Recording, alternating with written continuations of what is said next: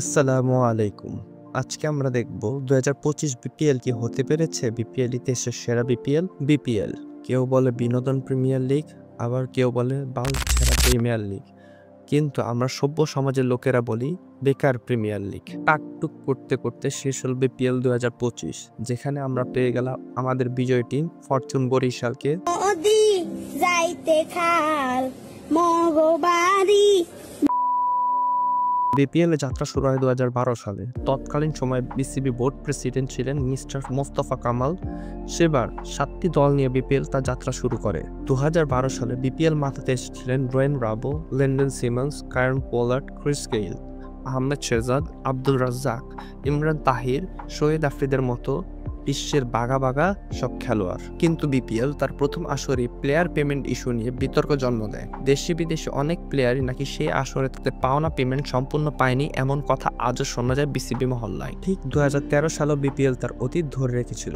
বড় বড় নাম নিয়ে আসা, কিন্তু তাদের পারিশ্রমিক দেবার বেলায় মালিক পক্ষদের নানা বাহানা, যার কারণে ২০১৪ সালে আমরা বিপিএল মাঠে গড়াতে দেখিনি। এক বছর বিরতির পর ২০১৫ সালে আবার বিপিএল মাঠে গড়িয়েছিল।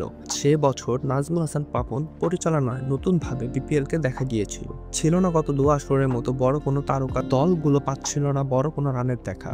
মানহীন প্লেয়ারদের গ্রুপ পর্যায়ে কাজ চালিয়ে নিয়ে যায় দলগুলো। AB de Villiers, Chris Gayle, Rilee Rossouw, Alex Hales, David Warner, Steven Smith এবং উন্নত প্রোডাকশনের মান দিয়ে ২০১৯ সালে বিপিএল দর্শকের মনে কিছুটা জায়গা করতে সক্ষম হয়েছিল। করোনা পরবর্তী সময়ে বিপিএল ঠিক আগের মতো মানহীন প্লেয়ার এবং বাজে পিচের জন্য দর্শকের মনে জায়গা হারাতে থাকে। ফারুক আহমেদের পরিচালনায় ২০২৫ বিপিএল যে আশার বাণী শুনিয়ে তিনি এসেছিলেন, তার আংশিক কাজও হয়তো তিনি করতে পারেননি এবারের বিপিএল এ। ম্যাচ ফিক্সিং, মালিক পক্ষদের অপেশাদার কার্যকলাপ, প্লেয়ারদের পাওনা টাকা পরিশোধ নিয়ে অপেশাদার আচরণ, মানহীন খেলোয়াড়দের টুর্নামেন্ট আয়োজন করা, যা বিপিএল দর্শকদের আশাহত করেছে। সত্য কথা বলতে ২০২৫ বিপিএল এ যাবৎকালীন যত বিপিএল হয়েছে তার মধ্যে সবথেকে বিতর্কিত আসর বলে আমার মনে হয়। অন্যান্য দেশে প্রিমিয়ার লিগগুলো তাদের দেশে ক্রিকেট উন্নয়নের জন্য অনেক বড় একটি ভূমিকা পালন করে থাকে, আর আমাদের দেশে ক্রিকেট লিগে ক্রিকেট বাজার সর্বাধিক উন্নত হয়ে থাকে। পরিশেষে একটা কথাই বলবো, এখনো সময় আছে। বাংলাদেশ ফুটবলের মতো বাংলাদেশ ক্রিকেটটাকেও ধ্বংস করে দিয়েন না, তা না হলে